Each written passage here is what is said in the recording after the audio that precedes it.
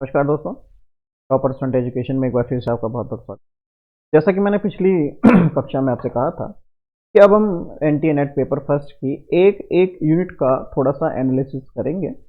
इसमें मैं एक क्लास में आपको पहले यूनिट के बारे में विवरण दूंगा और उसके बाद नेक्स्ट क्लास में हम उसके कुछ प्रीवियस ईयर क्वेश्चंस देखेंगे। और जो मैं आपको समझाना चाह रहा हूँ कि इस तरीके से आप इसका समाधान कर सकते, इन ट्रिक्स का इस्तेमाल करके आप अधिकतम अंक अर्जित कर सकते हैं।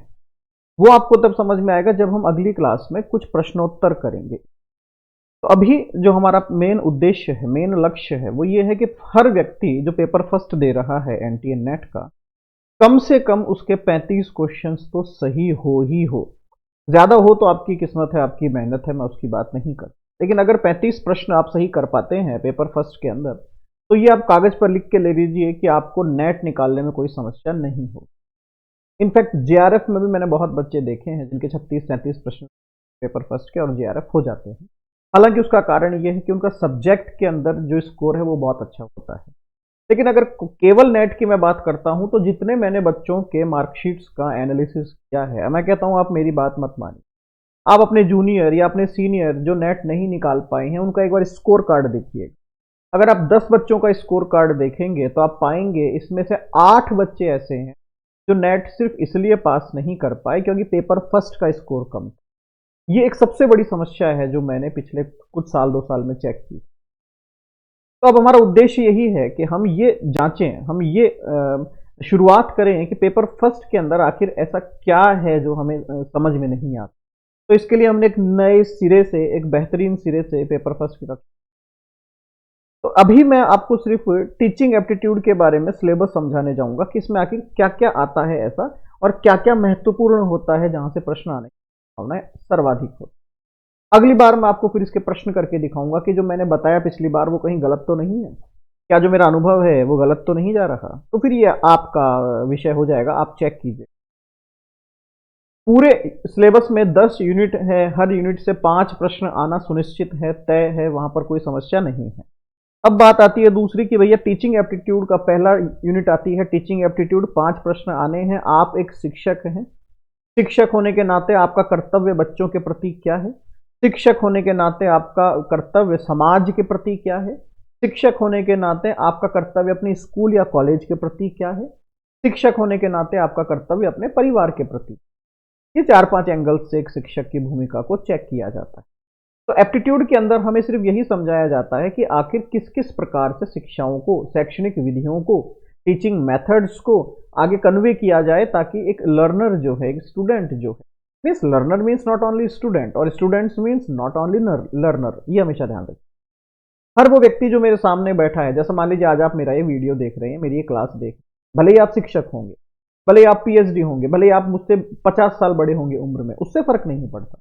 बट अभी अगर मैं बोल रहा हूं और आप सुन रहे हैं, it means you are a learner. आप एक सुनने वाले व्यक्ति, आप श्रावक हैं और मैं बोल रहा हूं। तो यहां पर मेरा कर्तव्य क्या है और सुनने वाले के प्रति, सुनने वाला क्या सुनना चाहता है, मैं किस किस विधि का इस्तेमाल करूं कि सामने वाला केवल मेरी बातों को सुने, मैं किस विधि का इस्तेमाल करूं कि सामने वाला मेरी बातों को समझे, मैं किस विधि का इस्तेमाल करूं कि सामने वाला मेरी बातों को याद रखे। तो ये सारी एक विशेषताएं हैं। श्रोता, वक्ता, ये जो आपस के संबंध हैं इनके, एक बोलने वाला और एक सुनने वाला, इनके आपसे संबंध जो है, यही संबंध को इन्होंने बेसिक लेवल से शुरू किया हुआ है as a teacher and a student, या जिसको मैं कहूं एक communicational relation between teacher and student.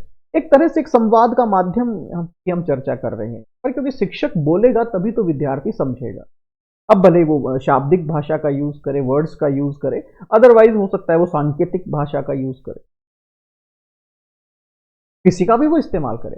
Main लक्ष्य क्या है? मेन लक्ष्य ये है कि मैं जो समझाना चाहता हूं क्या आपको समझे हैं, क्या आपको समझ में आया।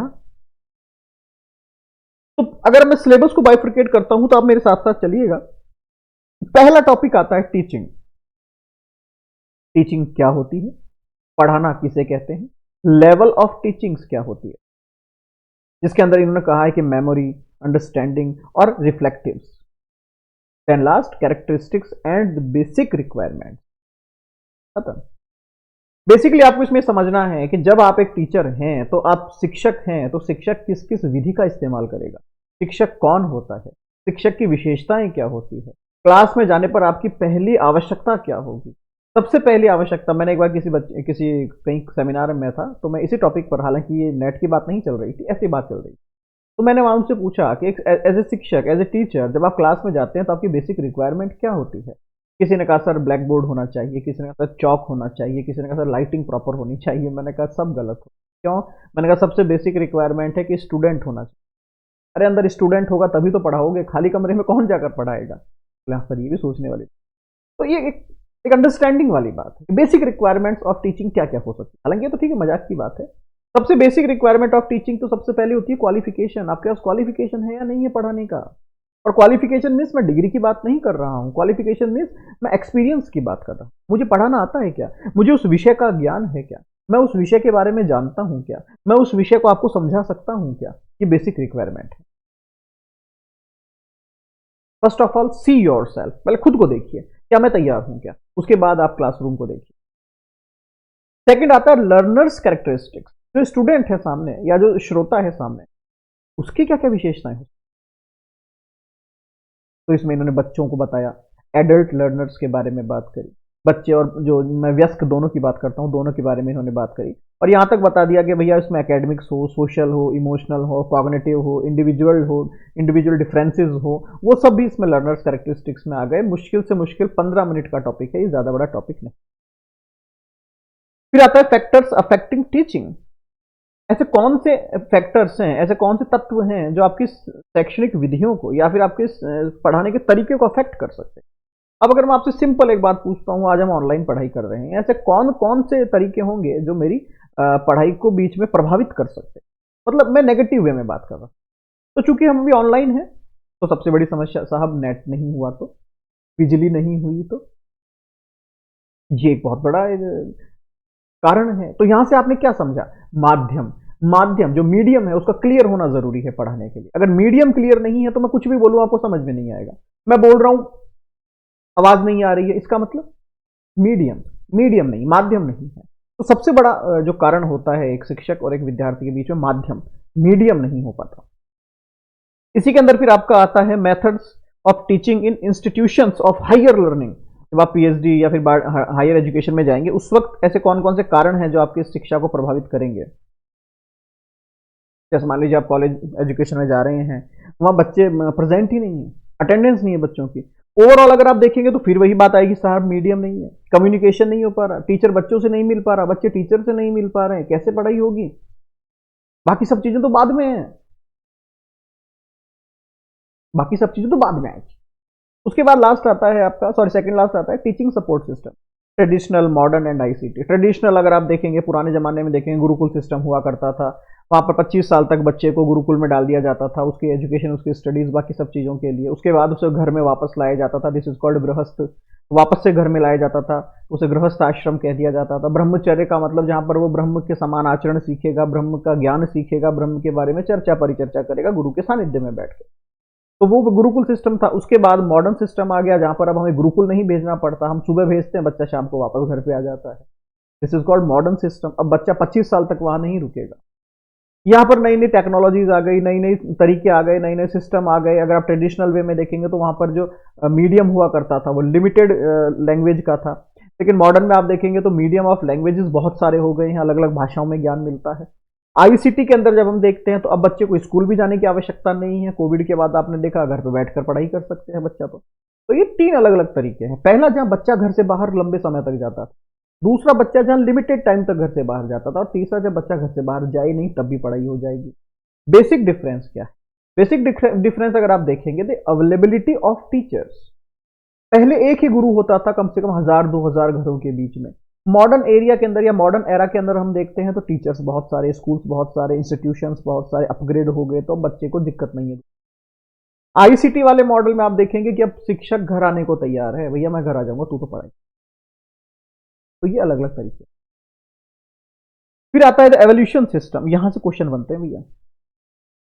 Elements and type of evolution, the evolution in choice based credit system in higher education, computer based testing, ठीक है, इनोवेशन इन एवोल्यूशन सिस्टम। तो ये यहां से क्वेश्चंस बन। अब अगर मैं इस सिलेबस को एनालाइज करता हूं इन 5 टॉपिक्स को जो हमने देखे, तो भैया इसमें कुछ ज़्यादा बातें नहीं हैं। पहले यहाँ पर शिक्षक की बात कही गई है, फिर यहाँ सुनने वाले की बात कही गई है, फिर ये पढ़ाने और सुनने वाले के बीच में ऐसे क्या-क्या चीज़ें हो सकती है जिससे मेरा पढ़ाना अफ़ेक्ट हो जाए। उसके बाद मैं इन ऐसी किन विधियों का इस्तेमाल करूँ कि बच्चा खुश हो जाए हायर एजुकेशन के अंदर, और फिर किस-किस माध्यम से हमने देखा है कि शिक्षा कहाँ से शुरू हुई और कहाँ तक आज पहुँच गई है, और इसमें अब किस-किस प्रकार से इवोल्यूशंस हो रहे हैं, अलग-अलग तरह के प्रयोग हो रहे हैं। ये पूरे सिलेबस का एनालिसिस। अब यहाँ से प्रश्न कहाँ से आते हैं? पहला टॉपिक जो टीचिंग का है, यहाँ से लगभग एक प्रश्न अनिवार्य रूप से निकलता है। लिख के ले लीजिए, पढ़ के देख लीजिए, पुराने 10 साल के क्वेश्चन। लर्नर्स कैरेक्टरिस्टिक्स में कोई श्योरिटी नहीं है, लेकिन एक प्रश्न फिक्स है। कई बार देखा गया है 3 प्रश्न भी लर्नर कैरेक्टरिस्टिक्स से आ सकते हैं, लेकिन एक तो तय है, एक प्रश्न तो तय है, आएगा ही आएगा। फैक्टर्स अफेक्टिंग टीचिंग, ये सभी संस्थाओं का फेवरेट टॉपिक है। एक क्वेश्चन तो तय है, लेकिन मैं कहता हूं 2 क्वेश्चन यहां से आने की संभावना। अब जो बच्चे आपके क्वेश्चंस, इसमें से आपका एवोल्यूशन सिस्टम जो है, यहां से प्रश्न आने की संभावना ज्यादा रहती है। ओवरऑल अगर मैं आपको देखूं तो आप टीचर्स और लर्नर्स, इन दोनों के बीच में रिलेशंस को अगर आप पढ़ लेते हैं तो आप 1 से 2 प्रश्न के लायक हो जाते हैं। लास्ट के 3 टॉपिक को अगर आप देखते हैं तो लास्ट के 3 टॉपिक भी आपको लगभग 2 से 3 प्रश्न, 2 पार्ट्स में डिवाइड कीजिए इस पूरी यूनिट को। एक पार्ट जो 2 से 3 प्रश्न डिवाइड सॉल्व करवाएगा, और दूसरा पार्ट जो 2 से 3 प्रश्न सॉल्व करवाएगा। मैं फिर कहता हूं, मेरी मत मानिए, हम अगली क्लास में जब मिलेंगे मैं प्रश्न लेकर आपके सामने आऊंगा, उन प्रश्नों को आपके सामने सॉल्व करवाऊंगा। हर प्रश्न के बाद 2-2 मिनट का गैप करूंगा, आप खुद अपने कॉपी में उसका आंसर लिखेंगे, उसके बाद आप चेक करेंगे कि वो सही था। तब शायद आपको समझ में आएगा कि आखिर टीचिंग एप्टीट्यूड के अंदर ऐसा क्या है जिसको पढ़ना चाहिए। केवल किताबें हम रट रहे हैं, किताबों से हम काम चला रहे हैं और समझ में कुछ आ नहीं रहा। अरे इतना तो टिपिकल नहीं है, आप समझिए। एक टीचर है, एक स्टूडेंट है, दोनों के बीच का एक मीडियम है। टीचर के पास अलग अलग विद्याएं हैं, टीचर के पास ऐसी समस्याएं भी है कि वो पढ़ा नहीं पा रहा है, सरकार भी इस पर काम कर रही है, इतिहास भी इस पर कुछ कह रहा है। बात खत्म, सिलेबस खत्म। ये लो 5 प्रश्न आने। टिपिकल नहीं है, आपने टिपिकल बना दिया है। ये सिस्टम हम लोगों ने ऐसे टिपिकल बना दिया है कि यार टीचिंग एप्टीट्यूड समझ में नहीं आएगा भैया, बात खत्म। ऐसा नहीं है। अगली बार, अगली क्लास में मैं आपके सामने बाकायदा सबूत के रूप में क्वेश्चंस लेके आऊंगा इसी टीचिंग एप्टीट्यूड के, फिर आप मुझे बताइएगा। तब तक के लिए बहुत बहुत धन्यवाद। नए बैचेस जो हैं वो आप देख सकते हैं अपने स्क्रॉल पर चल रहे हैं, 15 मार्च से शुरू होने वाले हैं। तो जो इच्छुक विद्यार्थी हो दाखिला ले सकता है, मैं ही आपको मिलूंगा। धन्यवाद।